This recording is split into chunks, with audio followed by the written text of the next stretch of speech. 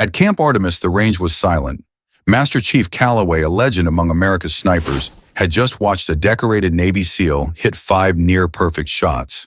The scoreboard flashed a new record. Men applauded, confident they'd just seen the best of the best. And then out of nowhere, a soft voice cut through the desert wind.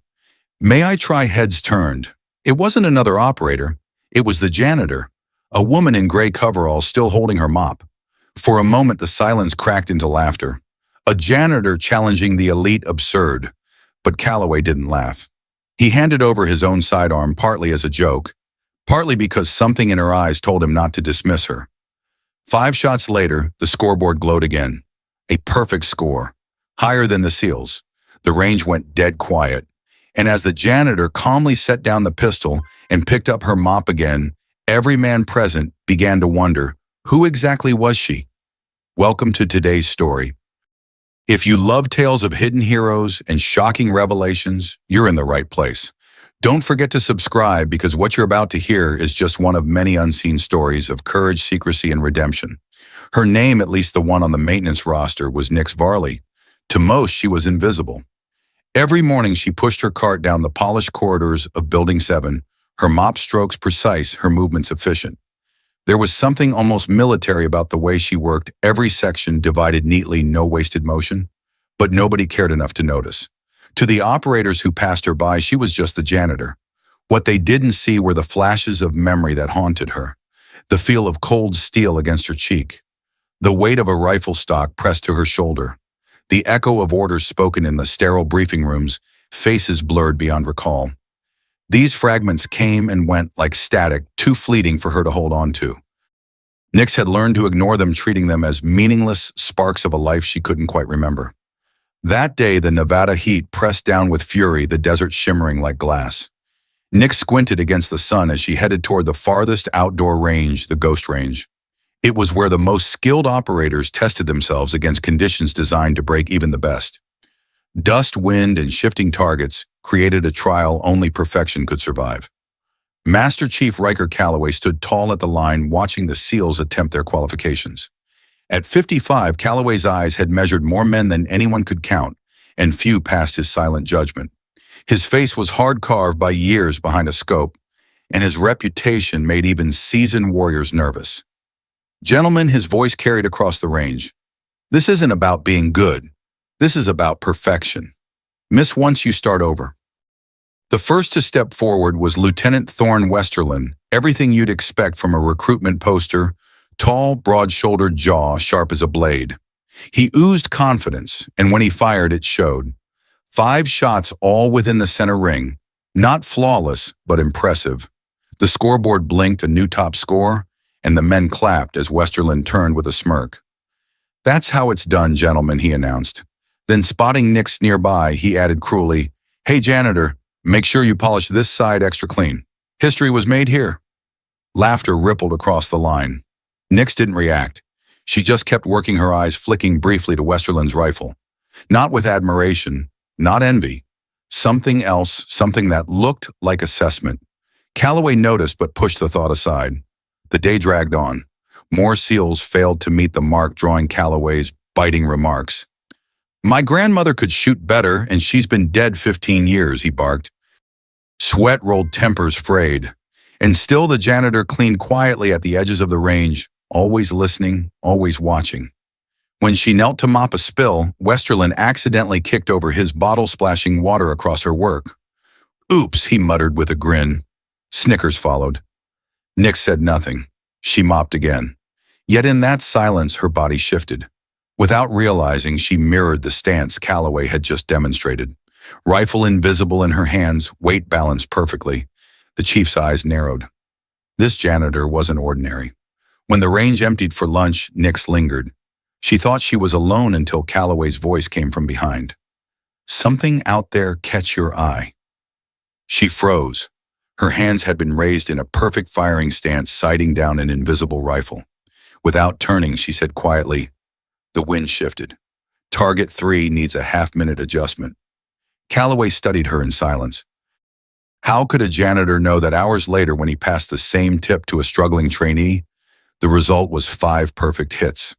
Calloway's doubt hardened into suspicion. By late afternoon, the heat had thickened the air into a shimmering haze. That was when Admiral Hawthorne arrived, stern silver-haired, his presence enough to stiffen every man on the line. Calloway briefed him curtly. "Lieutenant Westerland holds the day's top score." "Let's see it," the Admiral replied. Westerland stepped forward eagerly, his performance flawless, 5 shots all centered. The scoreboard confirmed a new record. The men clapped, the lieutenant's grin widening. "Excellent work," Hawthorne said. Then Calloway asked almost wearily, "Anyone else want to challenge him?" The range went silent until a voice spoke from the side. "May I?" All eyes turned. Nick stood there, mop still in hand. For a long second, the desert itself seemed to hold its breath. Then the line erupted in laughter. "The janitor again," Westerland sneered. "Chief, let her embarrass herself." But Calloway didn't laugh. He remembered the flawless stance, the wind correction, the first record still burning on the scoreboard. Something in her eyes told him this wasn't a joke. Slowly, he handed her his personal M1911. "You know how to use this." Nix took it with practiced ease. Finger resting safely along the guard stand, solid breathing calm. The men fell silent, curiosity replacing mockery. 5 rapid shots cracked across the range. The scoreboard blinked, another perfect score. The silence deepened. Westerland's face darkened. Someone muttered, "Beginner's luck." "Reset the course." Hawthorne ordered, his voice sharp. "Advanced configuration." Targets shifted, further angles, harder wind conditions, brutal. This was no demonstration. This was the exam reserved for elite operators. Nick showed no reaction. She raised the pistol, adjusted fractionally, and fired. 5 more bullseyes. Another record. The Admiral stepped forward slowly, his eyes fixed on her face. His voice dropped to something almost reverent.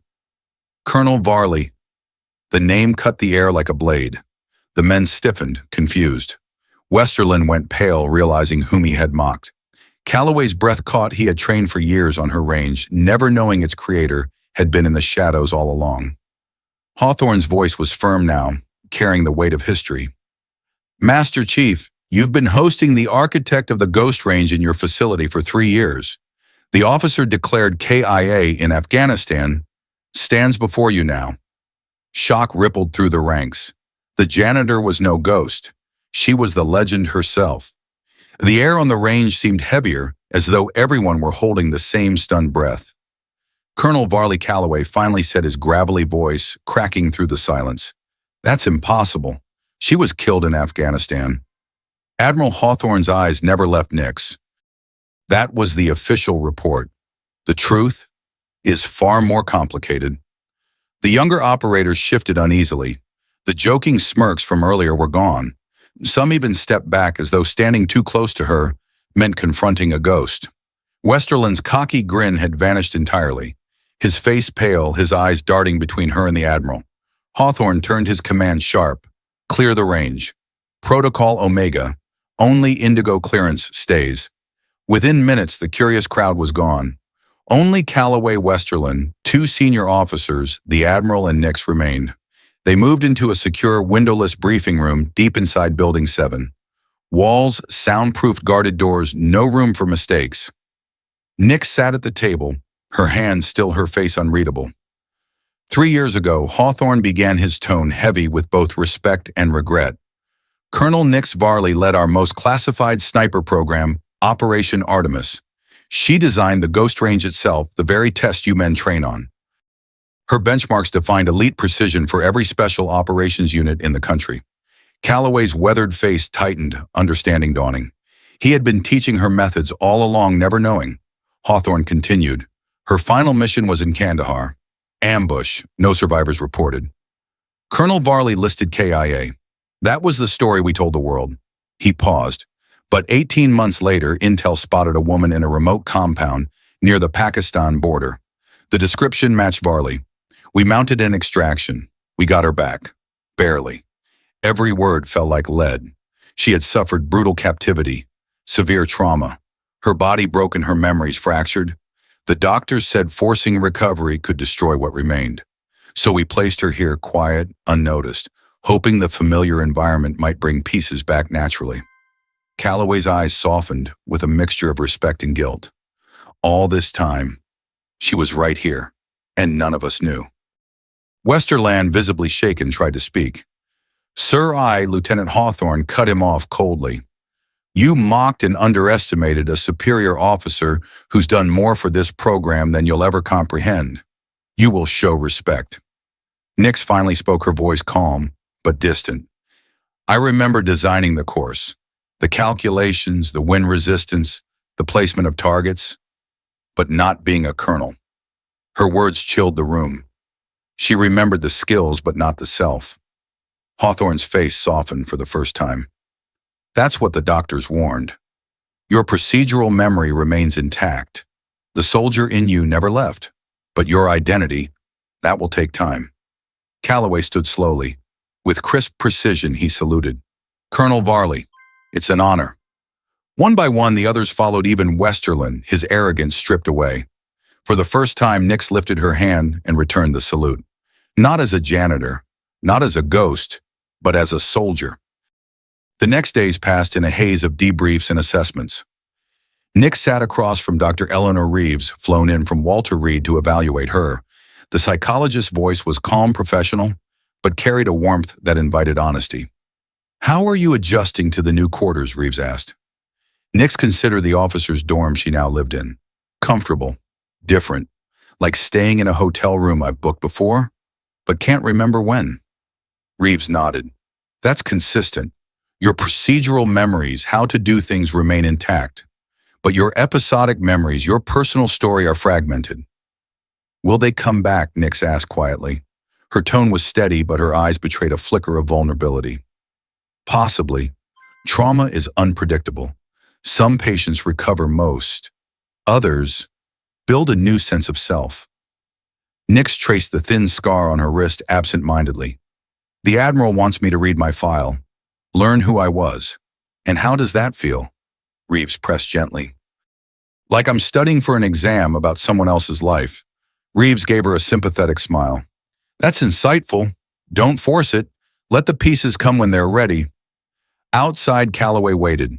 For 3 years, he had dismissed her as background staff. Now he stood straighter when she entered. Colonel, he greeted with formal respect. She winced slightly at the title. Nix is fine, for now. He nodded. The Admiral mentioned you might want to observe training today.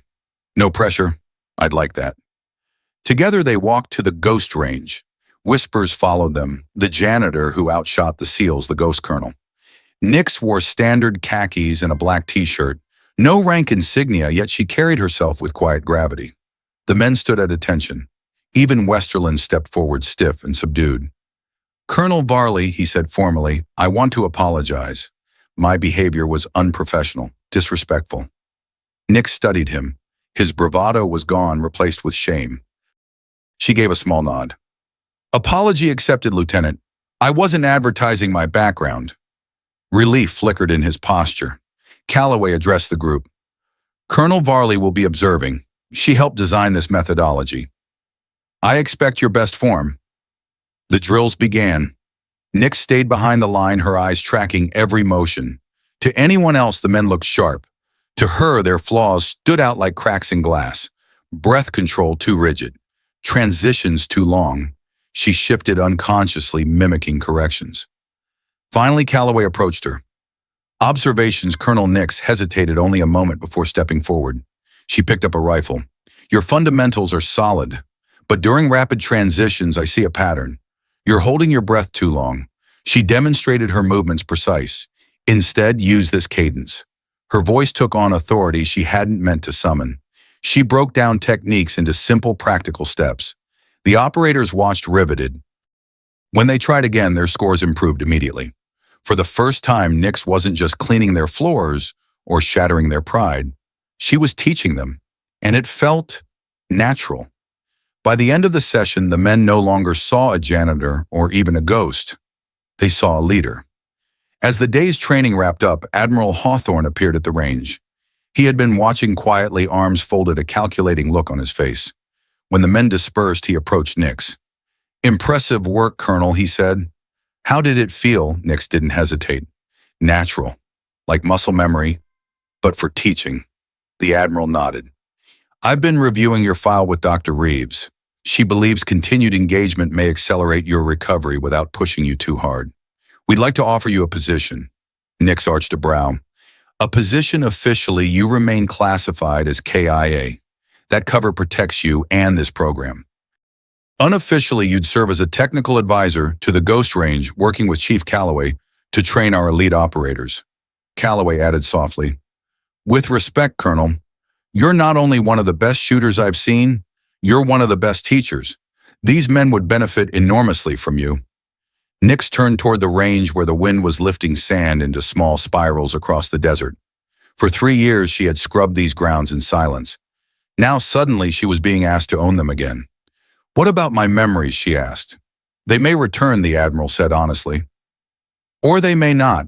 Reeves believes either outcome is acceptable so long as you're given the space to reconcile past and present on your terms. This role would give you that space while letting your country benefit from your skills." Calloway's gaze was steady. "You've already made these men better in a single afternoon. That tells me all I need to know." Nix breathed deeply, something steady settling inside her. Not memory purpose, a clarity she hadn't felt in years. "I'll accept," she said finally. "On one condition," the Admiral raised an eyebrow. "Name it." "No lies with the men I train. They don't need every classified detail, but I won't pretend to be someone I'm not. If they're to respect me, they deserve the truth, at least enough of it." For a moment, silence hung in the air. Then Hawthorne nodded. "Agreed. We'll make the arrangements immediately." 3 days later, Nix returned to the range not in coveralls but in standard training khakis. No rank insignia, no mop, only a rifle slung over her shoulder. The operators straightened at her presence. Respect filled their eyes now where once there had been mockery. She didn't stand behind them this time. She walked to the front. Her voice was calm but commanding. "You've trained on this range for years, but I designed it.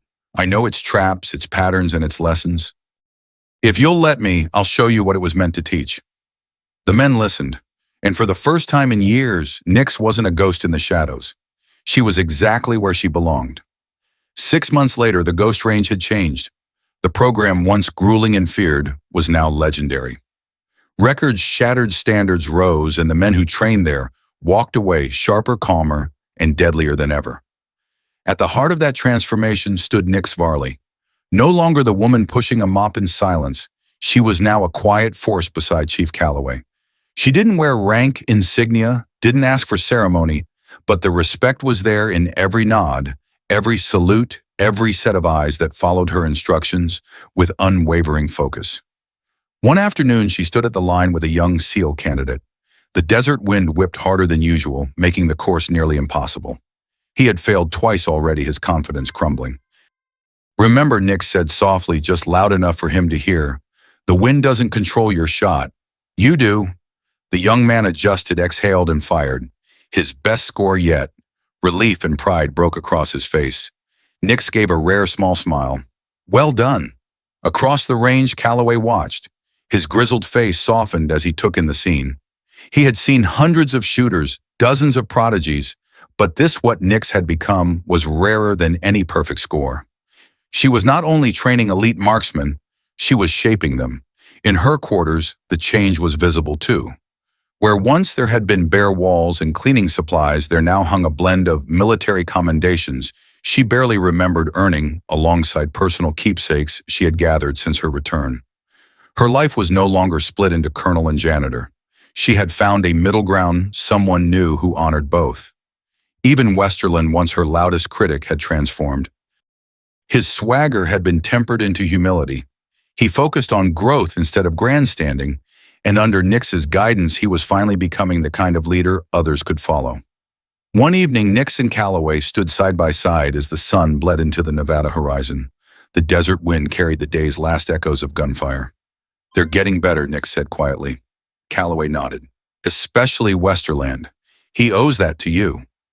Nix's gaze stayed fixed on the horizon. "I read more of my file last night. Operation Artemis. I designed it to test shooters beyond conventional limits. The irony isn't lost on me. I've become my own test subject." Calloway allowed himself a small chuckle. "And what's your assessment?" For the first time in years, Nix laughed too. A soft, genuine sound. Promising, but unorthodox. The two of them stood together, watching darkness settle over the range. Nix felt no sudden rush of recovered memory, no perfect clarity about her past. But she felt something better, peace. She was no longer just the ghost of Artemis or the janitor in gray. She was Nix Varley, soldier, teacher, survivor. And she was exactly where she was meant to be. The months ahead cemented her place at Camp Artemis. Word spread quietly, whispered through the ranks the Ghost Range had a new guardian. Not a myth, not a legend from the past, but a living force shaping the best of the best. Nix no longer hid behind a mop or behind silence. She didn't wear medals or boast of rank, but the operators didn't need reminders. They felt her presence in every correction, every sharp glance, every quiet word of encouragement. She had become the standard, the measure they aimed for. One evening after another long day of training, Nix lingered at the firing line. The Nevada sun dipped low, the desert glowing in shades of gold and crimson. She stood quietly, breathing in the warm air, watching the wind curl across the targets. Calloway joined her as he often did. For a while they stood in silence. Finally he spoke. "Another good day." "They're improving," Nix said. "Even Westerland. He's finally chasing excellence instead of recognition." Calloway smirked. "You've changed him. Truth is, you've changed all of us." Nix's eyes stayed fixed on the horizon. "I may never remember everything, but maybe that's all right. Who I was shaped who I am, whether I recall it or not." Calloway nodded slowly. "We're defined by what we do, not just what we remember." Nix exhaled, a calm certainty in her voice. "Exactly. And right now, what I do is train the best snipers in the world. That's enough." They walked back toward the compound together, two soldiers bound not just by history, but by shared purpose. Not colonel, not janitor. Something in between, something wholly her own. Nix Varley had found peace not in recovering every memory, but in creating a future where her skills, her scars, and her spirit could finally belong. Some heroes are born in a single dramatic moment. Others are built day by day, shot by shot, in quiet perseverance. Nix was proof that even in silence, even in shadows, greatness waits to be rediscovered.